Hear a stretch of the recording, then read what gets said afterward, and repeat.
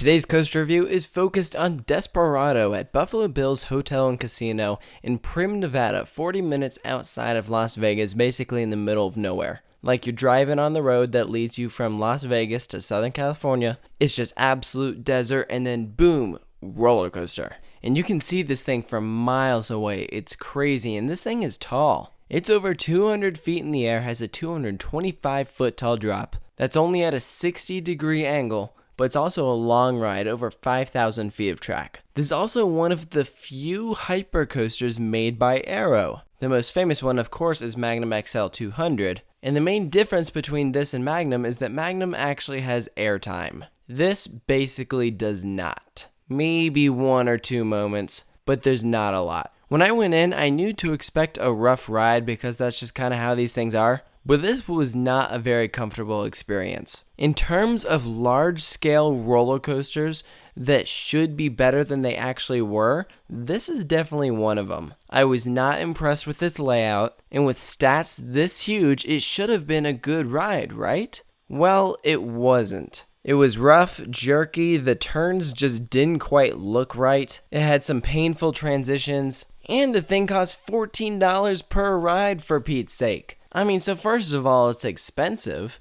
So if I'm paying that much, I would hope that it's a good ride. But it is not. I mean, this is the largest coaster in the area. And I was really hoping that I would like it. But I just didn't. It's tall. It's fast. It winds around a hotel. You would think that it would be a good roller coaster. And I honestly really wished it was. But I just have a hard time liking it when a ride beats me up like that. I'm sure there's plenty of people who look past the roughness and say, oh, well, I still enjoyed it. And if you can do that, that is great. But I'm sorry, but I just can't get past the fact that this thing is tossing me around, jerking me everywhere. It's so rough, it probably bruises your bum. And just as you're looking at the footage that I'm showing you, the track formations just don't look natural, and they don't feel natural either. Airtime hills are supposed to be more parabolic. This is like a triangle. And all of the turns are like that. They aren't gradual. And it leads to a painful ride. Now, obviously, this is an older coaster. I mean, when it opened, it was like the largest in the world. It had like the biggest drop. So this was huge back then. But since then, so many better hypercoasters have opened. And I guess you could say I'm a bit spoiled because I've managed to ride all of these other rides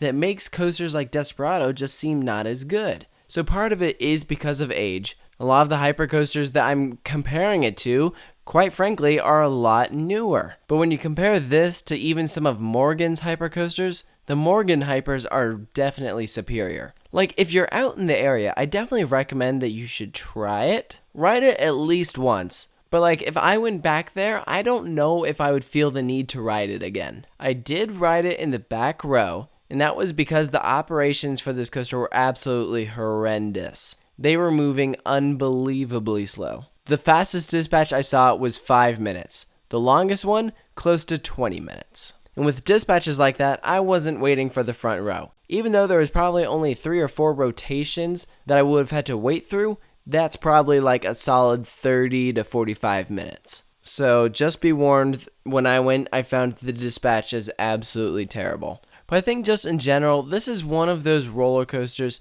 that looks good on paper, and when you look at it, it should be a good ride, but then it just didn't deliver. Honestly, I would have probably had a better time riding the log flume in the same hotel. I mean, it's not the worst coaster in Nevada, but out of all of the hypercoasters that I've ridden, this is definitely going to be low on the list of favorites. So for its final score, I'm going to give it a 5, and I think that is rather generous in my opinion. I'm giving it a 5 because it is a long ride, it's got lots of great speed, it never loses momentum, it has some decent moments like when it goes through the mountain in that helix, that's pretty good, and it has a big drop into a tunnel, so there are definitely some good moments about that, and I'm willing to acknowledge that. If I'm going to ride a roller coaster, I'm not just going to hate on it. I don't do that. I try to look for the good in things, and there are definitely some good aspects to Desperado. Plus, it's got a killer name. Desperado, that's a great name for a coaster. But I just had a hard time enjoying it because I couldn't look past the fact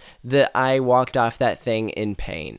This is one of the few coasters that I wished was shorter than it actually was. About halfway through, I was in pain. I'm like, okay, get me off this thing. I'm done here. This is not comfortable. But who knows? Maybe it's just gotten rougher over time. Maybe if you rode it a few years ago, it would have been smoother. I'm not quite sure. This was my first and only time riding it, so I'm just basing it off of this one experience. So let me know about what you think of Desperado. Post all of your thoughts in the comment section below. And of course, make sure to stay tuned for more coaster reviews here at Coaster Studios.